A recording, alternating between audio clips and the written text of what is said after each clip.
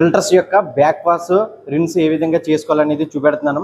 ఇది most important. ఎందు గురించి అంటే మనం ఫిల్టర్ లోపల మనం ఎప్పుడైతే వాటర్ అనేది ప్రాసెస్ చేసుకున్నామో ఆ మెలినాలు ఆ డస్ట్ కూడా ఫిల్టర్ లోపల జామ్ అయిపోతాయి. జామ్ అయిపోయినప్పుడు ఆ ఫిల్టర్స్ క్లీన్ చేయాలి కదా. ఆ క్లీన్ చేయడానికి కూడా సేమ్ టు సేమ్ ఫస్ట్ గుంట కనుక మనం వాల్ బంద్ చేసుకోవాలి. ఫస్ట్ గుంట మనం మోటార్ ఆఫ్ చేసుకోవాలి. ఎందుకంటే మోటార్ రన్నింగ్లో ఉన్నప్పుడు ఎప్పుడు కూడా మల్టీపోర్ట్ వాల్ అనేది ఎప్పుడు కూడా ఆపరేట్ చేయకూడదు. ఓకేనా. ఫస్ట్ మీరు ఆఫ్ చేసుకున్న తర్వాత మీరు చూడండి, ఇప్పుడు అయితే కనుక మోటార్ అయితే ఆఫ్లో ఉన్నది. మీరు ఎప్పుడు కూడా ఇక్కడ హ్యాండ్ చెయ్యి పెట్టినప్పుడు కూడా దీనిపైన ఈ కింద హ్యాండిల్ పైన ఇక్కడ చెయ్యి పెట్టి నెక్స్ట్ ఇక్కడ కూడా ఇలా పెట్టి దీన్ని మీరు చూడండి ఇలాగ ఈ విధంగా తిప్పితే కనుక ఇది బ్యాక్ వాష్. మీరు ఇక్కడ కిందకి ఇది ఇలాగ బ్యాక్ వాష్ మోడ్లోకి వస్తుంది అన్నమాట.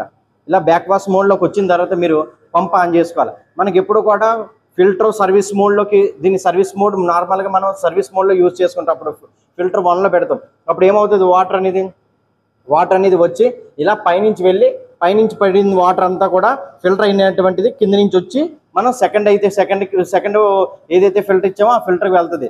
కానీ బ్యాక్ వాష్లో ఏమవుతుంది, ఏదైతే ఇనిషియల్గా స్టార్టింగ్ మోటార్ నుంచి కనెక్ట్ అయ్యి ఉన్నదో అది వచ్చిన వాటర్ అనేది కింద నుంచి వెళ్తుంది అన్నమాట.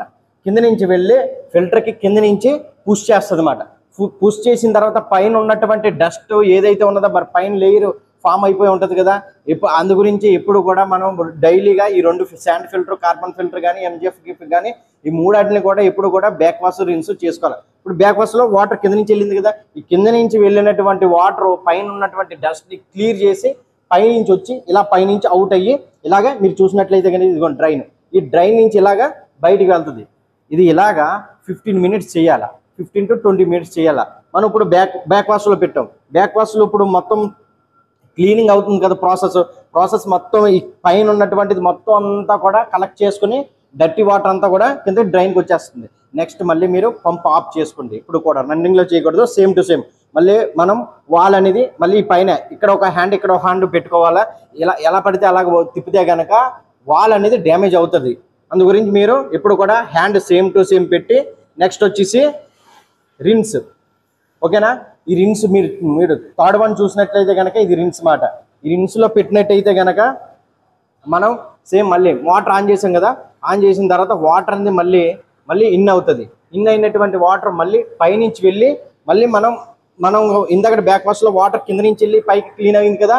ఇప్పుడు రిన్స్లో ఏమవుతుంది అంటే పైనుంచి వెళ్ళి వాటర్ మళ్ళీ కలెక్ట్ అయ్యి మళ్ళీ కింద ఏమైనా డస్ట్ ఉంటే కనుక ఆ డస్ట్ కూడా మళ్ళీ